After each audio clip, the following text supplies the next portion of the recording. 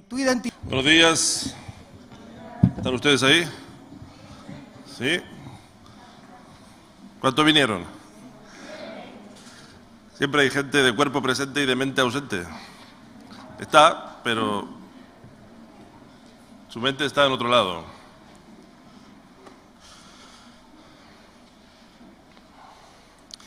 Vamos a compartir la palabra del Señor en esta mañana.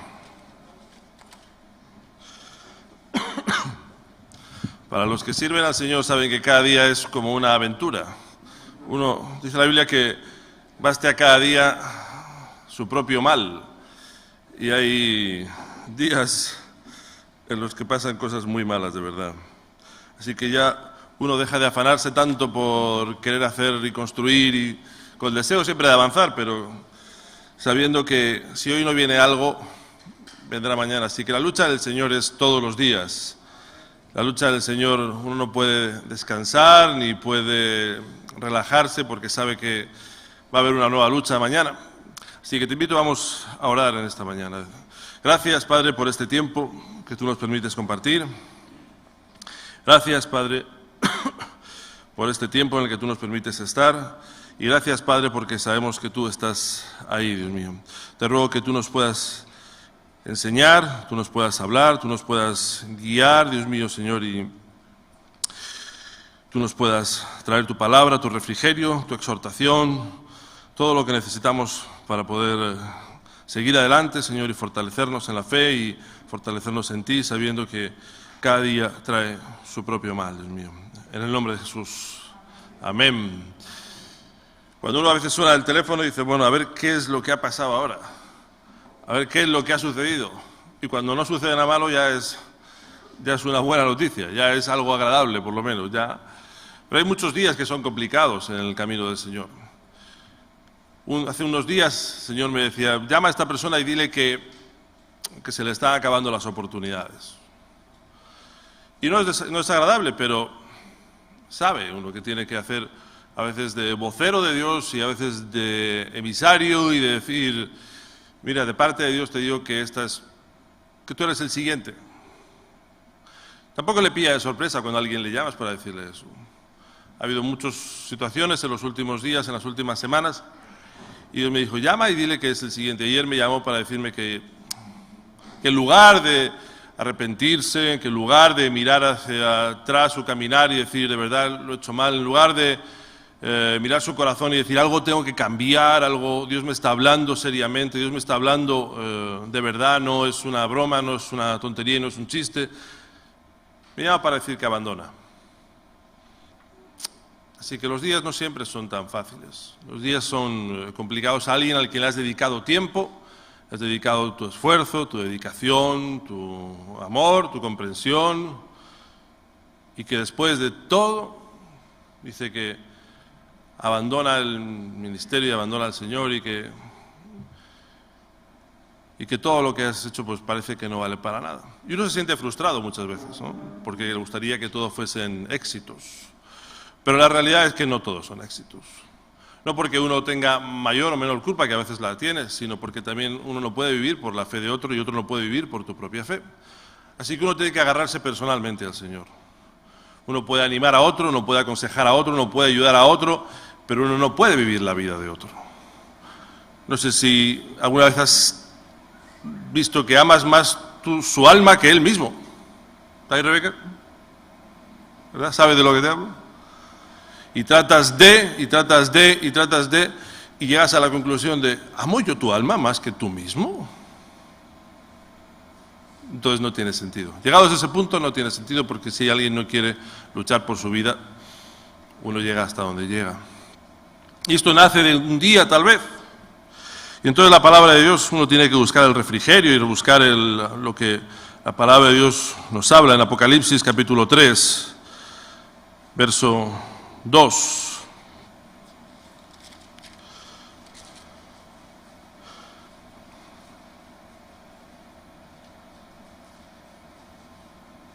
Perdón, Apocalipsis capítulo 2, verso 21.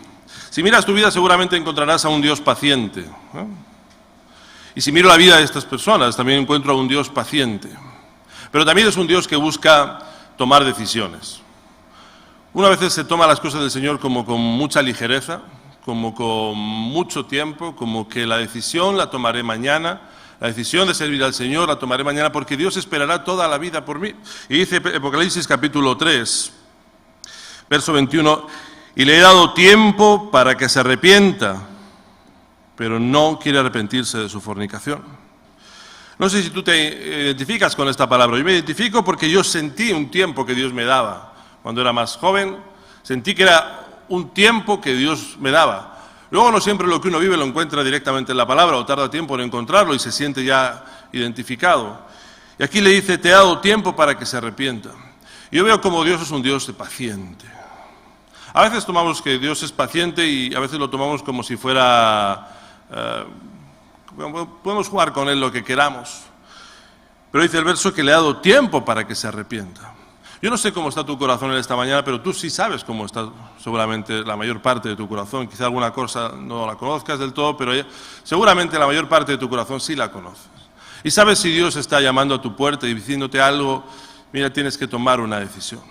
Si vas a Josué 24:15, Josué dice, yo y mi casa serviremos al Señor. Es una decisión. Yo sé en mi vida que Dios me dio un tiempo como diciendo, bueno, tienes un tiempo en el que tú tendrás que jugar o puedes jugar un poco entre el mundo y la iglesia, el mundo y el Señor, pero llegará un día en el que tienes que tomar una decisión. Lógicamente, si estás más cerca del Señor, pues, la decisión será de ir con el Señor, pero si te has metido mucho en el mundo, será mucho más difícil. Pero llega un día en el que uno tiene que tomar su decisión. Cada día uno vuelve a tomar su decisión, pero hay un día especial en el que uno toma su decisión. Porque a veces estamos, pero no somos. Una vez escuché un dicho que decía, tan cerca de la iglesia, pero tan lejos de Dios. Uno puede estar, pero no estar. Por eso decía, hay cuerpos presentes a veces, pero mentes ausentes, o corazones ausentes. Están, son parte del ministerio, son parte de una iglesia, son parte de algo, pero en su corazón realmente no están ahí. Su corazón no se acaba de decidir por el Señor. Y pueden pasar semanas, meses o incluso años. Y dice el verso de Apocalipsis que hemos leído, y le he dado tiempo para que se arrepienta. Y le he dado tiempo. Y yo sentí como Dios en mi vida, sobre todo en mi juventud, me daba un tiempo. Pero llegó un día en el que yo tenía que tomar una decisión. Y gracias a Dios tomé la decisión del Señor. Hay tiempos. Parece que Dios aguantará toda la vida nuestra negligencia o que nos esperará siempre, pero aquí dice el verso, le he dado tiempo para que se arrepienta. Si vas a Apocalipsis capítulo 2, verso 5, dice, recuerda por tanto dónde has caído y arrepiéntete. Si vas un poquito más adelante, al verso 16, dice a otra iglesia, a la de Pérgamo, le dice, por tanto, arrepiéntete.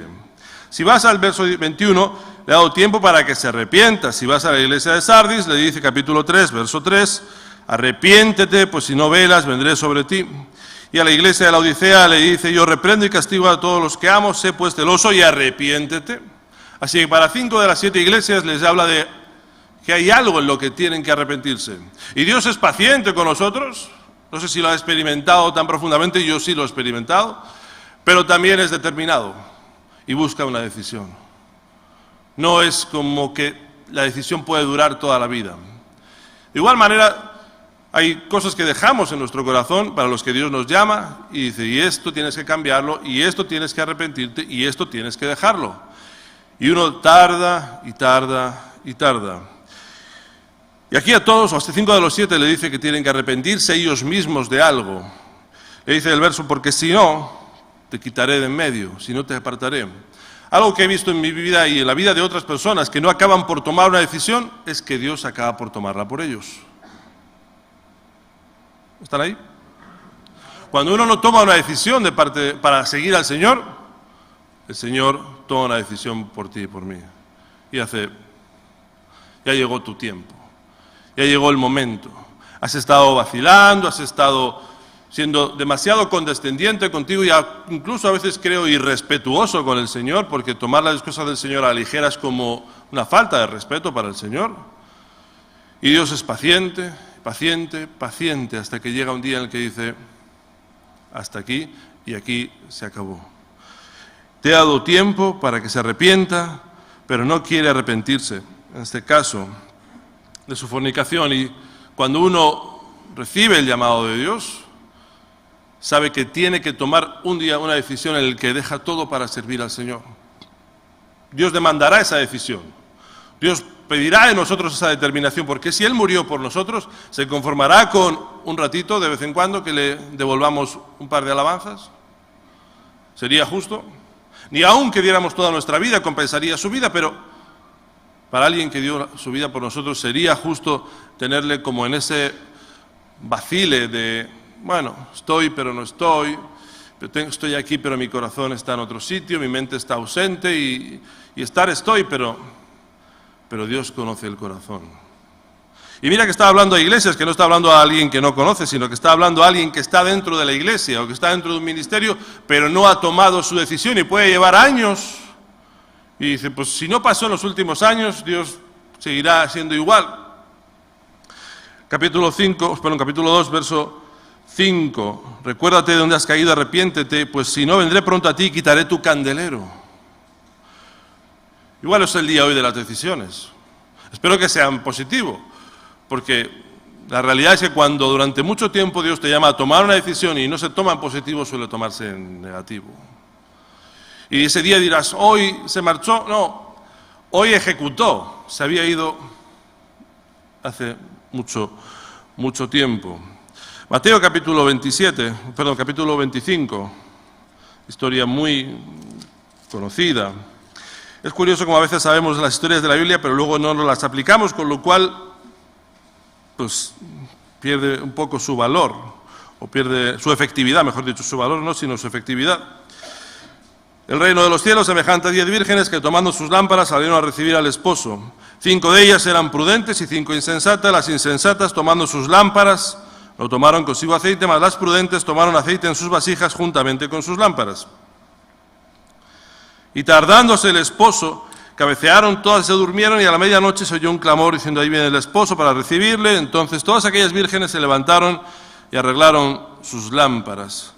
Las insensatas dijeron a las prudentes, dadnos de vuestro aceite, porque las nuestras se apagan.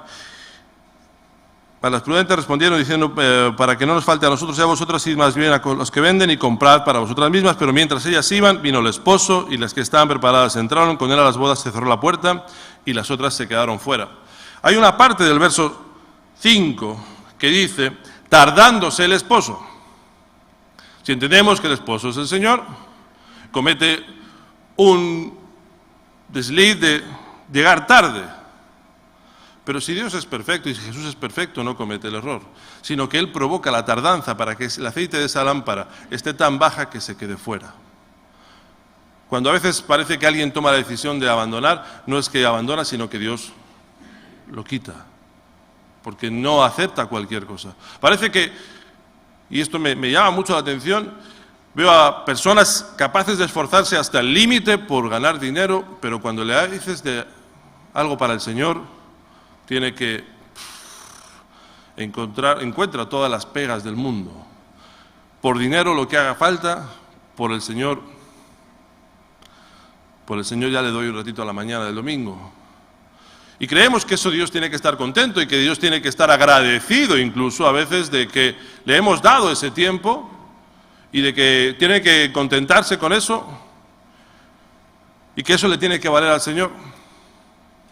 Pero Dios no es un Dios de medias tintas, Dios es un Dios o de todo o de nada. Y al tibio lo vomita de su boca. Tardándose el esposo, dice, si fuese que de algún lugar del mundo, no diré cuál, que se permiten llegar una hora más tarde cuando han quedado, no sé si les suena. ¿No les suena? Sean sinceros. Algunos llegan al culto de las 12, pero querían llegar al de las 10:30. Por lo menos de donde yo vengo. Su idea era llegar al culto a las 10:30, pero llegan como al de las 12 y se encuentran que hay otro culto y dicen, pues he llegado pronto, puedo permitirme todavía llegar un poco más tarde. Si el culto está acabando a la 1:30, me asombra que llegue gente a la 1:15. ¿Para qué? Antes dábamos un café en la entrada, ahora ya no damos, ya ni siquiera por el café, no sé, vienen para la oración de despedida. Y seguramente dirán, ya he dado suficiente al Señor en esta mañana. Así que tardándose el esposo, él provoca esa, no tardanza, que sería como un pequeño defecto de llegar más tarde de lo que debería llegar, sino que retrasó provocadamente su llegada, para que cuando llegase, las insensatas no tuviesen aceite. No iba a permitir que las insensatas, que sabían que lo eran y que jugaban a ello, como aquel que juega al mundo y a Dios, pudiese entrar con él a las bodas. De otra manera hubieran entrado insensatas, y el mensaje que se lanza es: no seas tan radical, no hace falta ser tan radical para Cristo, porque con media radicalidad también las vírgenes entraron. Y no es verdad. Tardándose, mejor dicho, retrasando su llegada, haciéndola llegar más tarde de lo que aquellas vírgenes pensaban que iba a llegar, provocó que aquellas se quedaran fuera. Así que cuando alguien muchas veces parece que abandona, normalmente es que Dios lo quita y dice: tu tiempo ya llegó. He sido suficientemente paciente, lo leíamos en Apocalipsis. He sido paciente contigo. Pero confundimos a veces la misericordia con que Dios siempre, siempre, siempre estará ahí. Pero sin embargo luego no lo veo, porque hay personas que abandonan pero luego ya no vuelven para atrás, no porque Dios no se lo deja, sino porque se han metido tanto en este mundo, abrieron tanto la puerta del pecado. Y recuerda que le hablo a los que están en la iglesia, a los que están en el ministerio, no hablo de los que están en la calle, porque los que están en el mundo no esperes nada, pero los que están en la iglesia, los que están en el ministerio, jugaron, como jugó Eva, a un poquito de pecado. Un poquito. Porque, según la teoría del diablo, un poquito de pecado no es pecado. Mucho pecado, sí, pero un poquito no. Entonces me permito ciertas licencias y jugar con el pecado, juguetear con el árbol del bien y el mal, estar cerca, mirarlo, suspirar por el pecado, suspirar porque un poquito de pecado. Y creo que yo estoy jugando con el pecado y no me doy cuenta de que el pecado juega conmigo. Yo creo que domino al pecado y domino la situación y poco a poco me voy enganchando tanto que el pecado acaba por dominarme. A mí Juan capítulo 4, Juan capítulo 8, verso 34. Juan capítulo 8, verso 34. Dice: de cierto os digo que todo aquel que hace pecado, esclavo del pecado es. Y el esclavo no queda en la casa para siempre, el Hijo sí queda para siempre. Como estando en el ministerio, como estando en la iglesia, uno puede permitirse el ir abriendo pequeñas puertas a pequeños pecados, si es que existe ese concepto, porque pecado es pecado, y va como jugueteando, como permitiéndose, como Dios me cubre, Dios me guarda, Dios va a estar ahí, Dios me va a proteger, Dios me dice el Salmo 91 que el que habita el abrigo del Altísimo morará bajo la sombra del Omnipotente, pero el que se sale queda a expensas de su propio pecado también. Y no es porque solamente lo diga la Biblia, sino porque uno lo ve con sus ojos. Juguetear, y uno cree que porque Dios le puede cubrir, uno tiene la capacidad de juguetear con el pecado y que no pasará nada, porque Dios siempre le ayudará en el último momento y todo saldrá bien, y habrá conseguido juguetear con el pecado, pero no tener las consecuencias de. Y si miras a Eva, pensó tanto en los beneficios que para ella iba a tener su transgresión, que se olvidó de las consecuencias que tendría su transgresión. Porque cuando el diablo vino a su vida, no le habló de las consecuencias de la transgresión, sino que le habló de los supuestos beneficios del pecado. Jugamos, jugueteamos, nos permitimos y no entendemos luego las consecuencias que eso tiene para nuestras vidas. Vemos lo que no debemos, hablamos lo que no debemos, oímos, nos ponemos, jugueteamos. Hoy que es tan fácil juguetear con el pecado. olvidando que tú nunca dominarás, sino que se acabarás siendo dominado. Así que si... ¿Están por ahí? ¿Alguien se me duerme?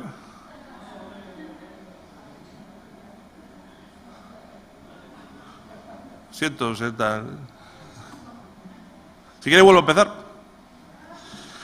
Es cierto, le digo, se despierta ahí, que el que hace pecado, esclavo, se vuelve del pecado. ¿Sabe usted las consecuencias? Uno cree que tal vez acepta un mínimo, unas pequeñas consecuencias, pero no sabe uno medir las consecuencias del pecado. Nadie le dijo a Eva que si hacía aquello, la consecuencia no sería una regañina, no sería una bronca de Dios, no sería un azote, no sería, sino que sería expulsada del paraíso. Pero no porque voy a tener una grave consecuencia, dejo de juguetear, sino por amor a Dios. Si Dios me dice no juegues, no debo de jugar, porque uno no sabe la puerta que abre a dónde lleva. Uno cree que lleva a un sitio. Muchas veces se abre una puerta porque lleva a un momento de placer X. Últimamente todo tiene mucho que ver con el tema sexual. Y bueno, cree que no pasa nada. Pero hermano, cuando abres cierto tipo de puertas no sabes lo que está detrás. Y no sabes hasta dónde te lleva esa puerta, ni sabes lo enganchado que luego quedas a eso. Y claro que Dios puede libertarme, pero digo yo que ¿para qué necesitará libertarme de algo a lo que yo no tengo que engancharme? Así que si elijo libertares, seréis verdaderamente libres. ¡Qué bueno! Pero sabes que si vas a la historia del hijo pródigo, la vuelta para atrás es complicada. La historia nos la cuenta rápida, nos la cuenta en unos versos, pero la vuelta para atrás de aquel que abandonando al Padre se fue a pecar, luego no es tan fácil, no es tan placentera. Lleva mucho tiempo y lleva mucho tormento. Lucas capítulo 15.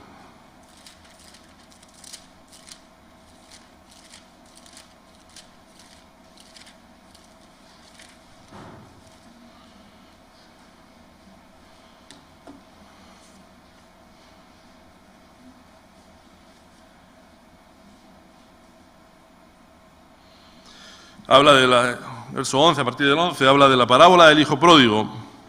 Ya se la conocen ustedes. Y deseaba llenar las algarrobas que comían de los cerdos, pero nadie le daba. Y el verso 18 dice, me levantaré e iré a mi padre. Padre, he pecado contra el cielo y contra ti, ya no soy digno de ser llamado tu hijo, hazme como uno de tus jornaleros. Y levantándose vino a su padre.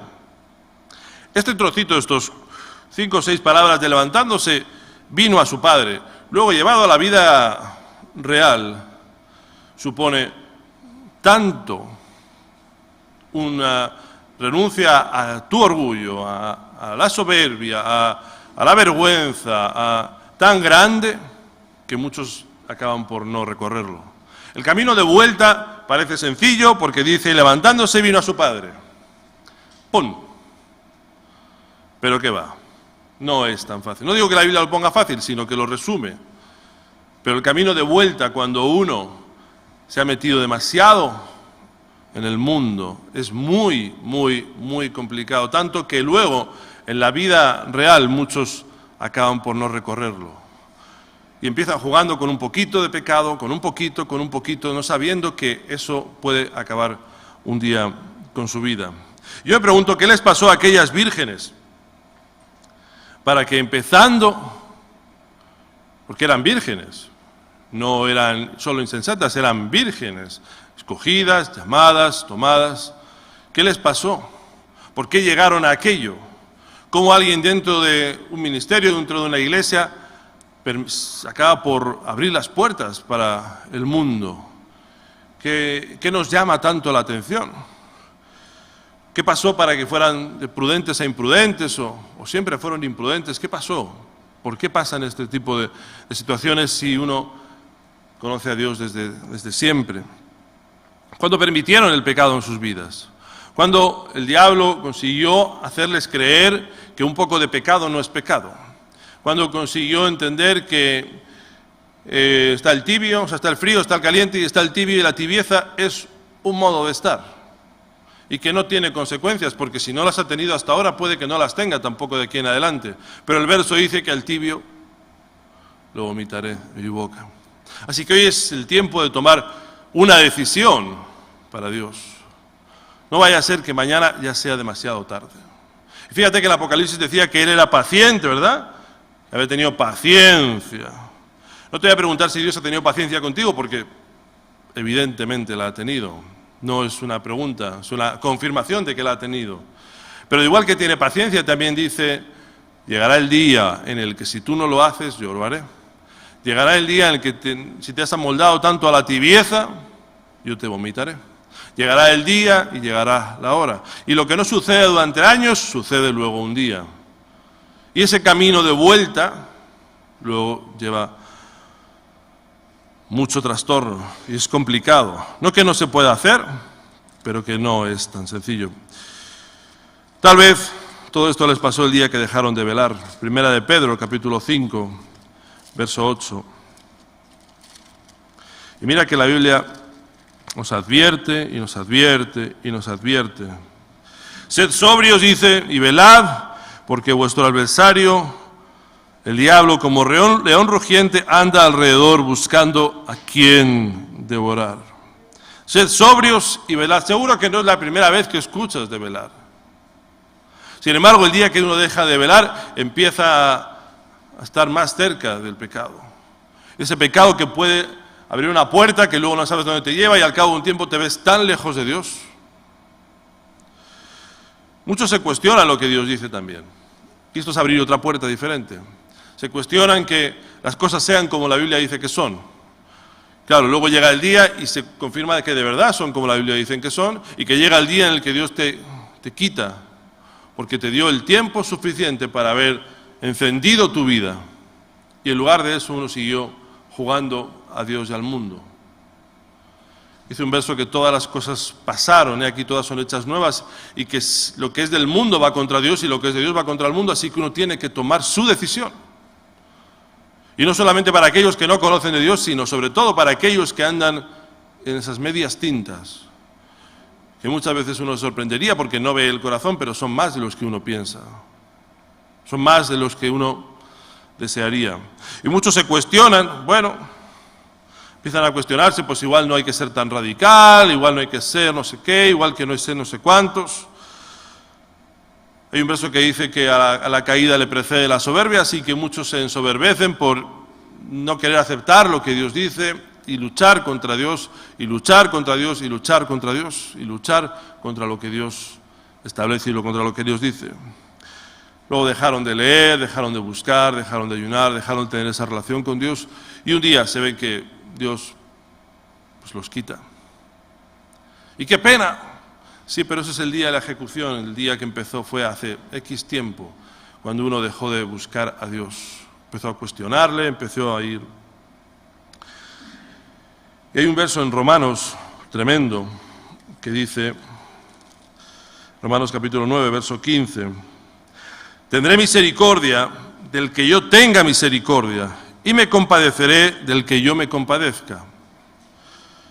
No sé si te recorre un escalofrío el saber que seguramente no sea de nosotros. Así que no depende del que quiere, ni del que corre, sino del que Dios tiene misericordia. ¡Qué tremendo! Porque uno dice, yo voy a jugar hasta tal tiempo, voy a vacilar con esto hasta tal tiempo y ese día ya tomaré la decisión. Si me dieran €1 por cada vez que he escuchado esta tontería, que luego no se cumple, no, yo más adelante, luego yo, de tal manera que nunca acaba por ser.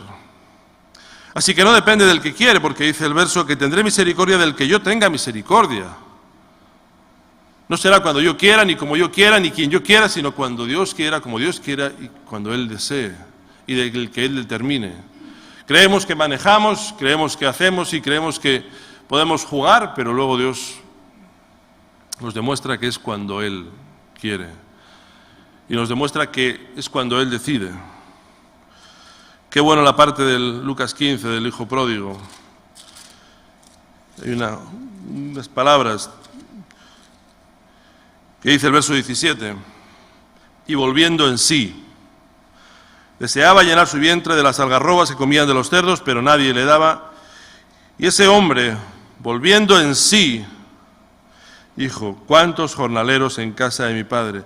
Ese hombre cambió su pensamiento, tomó una decisión y estaba dispuesto a hacer lo que muchas veces no estamos dispuestos a hacer, que es a humillarse.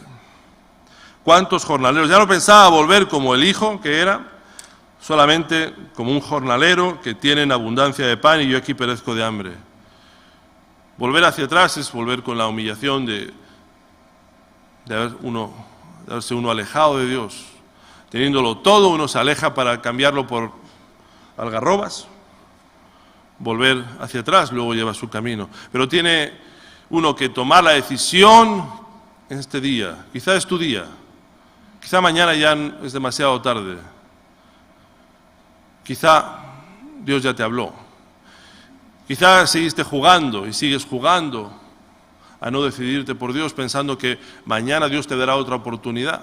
Y mañana será otro nuevo día y podrás mañana sí tomar la decisión. Y mañana tampoco será, y tampoco será, y tampoco será, y tampoco será. Verso 17 dice: y volviendo en sí, como que recuperó la cordura. Empezó a pensar con inteligencia. Empezó a pensar en volver para atrás y en volver a la casa del Padre, de la que nunca debería haber salido, de la que no sería necesario salir para luego tener que volver. Es más inteligente no salir que salir y volver. La palabra nos dice que si el Hijo libertare, seréis verdaderamente libres.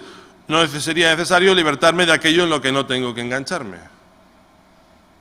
No es más inteligente engancharse y desengancharse, es más inteligente no engancharse. Es más inteligente no pecar, es más inteligente no jugar al juego de un poco de pecado. Es mejor no hacerlo, pero siempre caemos en la misma cosa.